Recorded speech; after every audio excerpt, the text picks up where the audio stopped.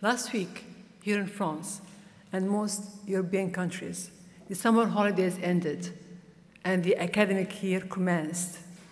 In households across the continent, children picked up their books and backpacks and returned to their classrooms. Campuses, playgrounds came to life with the sounds of discussion, games, and laughter. This is perfectly normal for the beginning of term. But for several terms across the past 3 years, it didn't happen. As a pandemic swept our world, public and private buildings closed.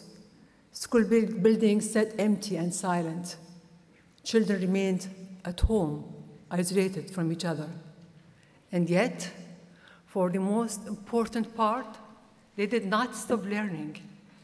Policymakers, tech companies, and teachers may have scrambled, and the result may not have been perfect, but something rather wonderful happened. These entities collaborated at a great speed to find ways to teach children through the internet or the radio or whatever means they could find. Some children fell through the cracks, it's true. Some did not have parents able to supervise their lessons. Some did not have the laptops or tablets or even mobile phones. But the fact remains that millions of children continued to be educated throughout the pandemic in a way that had never been widely used before. Out of one crisis, leader, teacher, and ordinary members of the community created new ways to ensure children continue to learn.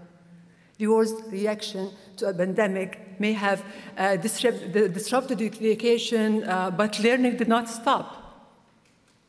Through ingenuity and invention, children continued to study. And last week, those children returned to school. But around the world, millions of children did not. Millions whose journey to school was too dangerous to make.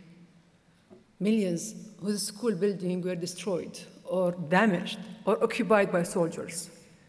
Millions who simply do not have access to education because of conflict. When a pandemic hit, we did something about it. When a pandemic hit, we knew it was time to act, to work in new, innovative ways.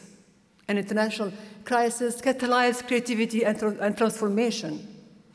But when schools are bombed and teachers are killed, we allow affected children, those who have survived, to continue their lives without education. They are pushed off the very path that will lead them to a better future.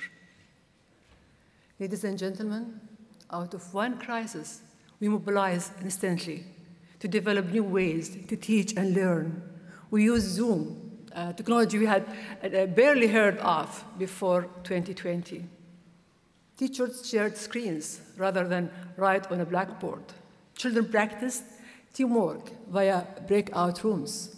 We didn't wait then, so why we are not responding now with solutions to another great crisis, the crisis of attacks on education? Ladies and gentlemen, 2 years ago, in the middle of the pandemic, I spoke to mark the first International Day to protect education from attack. It was far from the first time I have spoken about this subject. For nearly a quarter of a century, I and my team have tried to convince the international community that educating children matters. And this includes all children. All children matter. Poor children, isolated children, and children who live in or flee war zones. For years, we have chipped away at the apathy displayed by world leaders and policymakers. We have made incremental steps in achieving a goal. The Security Council unanimously adopted Resolution 2601. And yet, since then, thousands of attacks have taken place.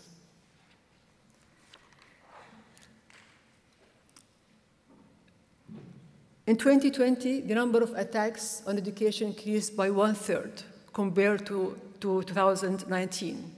and remain just as high in 2021. All indications suggest that 2022, they will continue to rise. Yemen, Ukraine, Palestine, Somalia, Ethiopia, Nigeria, in countries too many to list, attacks occur with heartbreaking frequency. From Mali to Myanmar, from Syria to Sudan, from Cameroon to Colombia, attacks on education, on teachers, on students are taking place without cease. These countries are not mere lines on a map. No. These students and teachers are not simply statistics in a newspaper. They are people, real people, people who deserve to learn and live and love, to teach and to study, unhindered and free. Those who would prevent them from doing so, those who would destroy education, they are real people too. They are organizations, they are militias, they are states. They are criminals. As such, they can be brought to account for their actions. If you ignore these criminals, they do not go away. They persist in deliberately targeting students, teachers, and schools, in deliberately targeting education. Strike a school, strike education, and you strike the very heart of a community and its culture. And in tearing the fabric of a society, you shatter the future of each and every child. Their hopes and dreams last. The cycle of poverty and violence continues.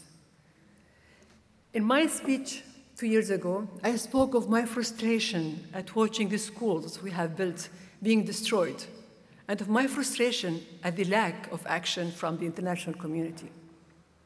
Well, my frustration has not diminished. Sometimes I feel like a broken record, the needle stuck in the same place, repeating myself over and over. Sometimes, when despair has threatened, I have wondered if conflict in the global north would push those in power to understand the reality that is faced by real people in war zones the world over. Would it make them empathize? Would it force them to act?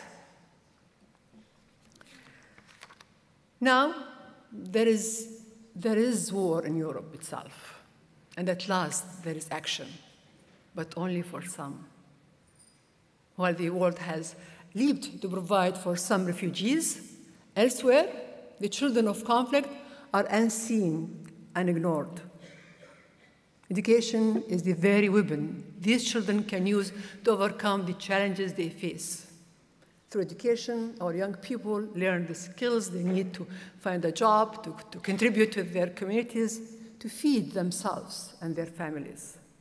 They develop critical thinking, resilience, and the ability to adapt for their new environment. No child is more worthy than any other. Every child deserves the opportunity to develop their intellect and to fulfill their potential. Every child deserves a future. We cannot ignore this any longer. Today's theme is time to act, but it has been time to act for a long, very long time. It is long past the time to act, ladies and gentlemen.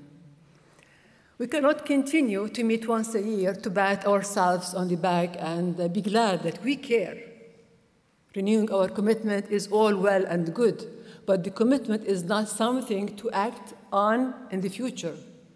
The time to act is now. In my frustration, I have frequently asked my team, at Education Above All, what can we do?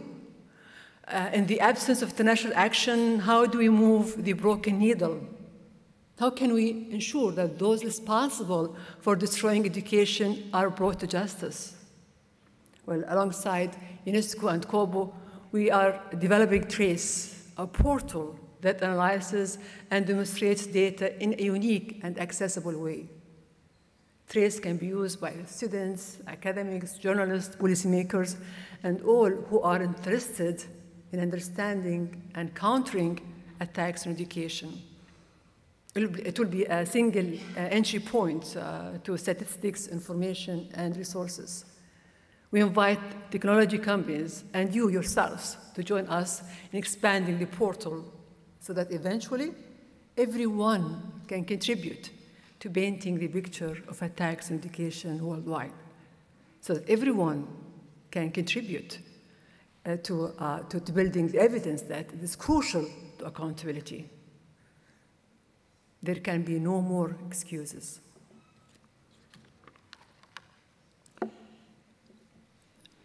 I ask you also to turn your minds to ways we can educate all our young refugees, all our displaced youth, all our young children, because we, the international community, are failing and we must do more. We must bring all that we have to this problem. Our collective minds, our creativity, our expertise, and the will to succeed. We cannot remain numb to the destruction around us, nor immune to the despair of so many. Please, please, let us demonstrate the principles we profess to hold. Thank you very much.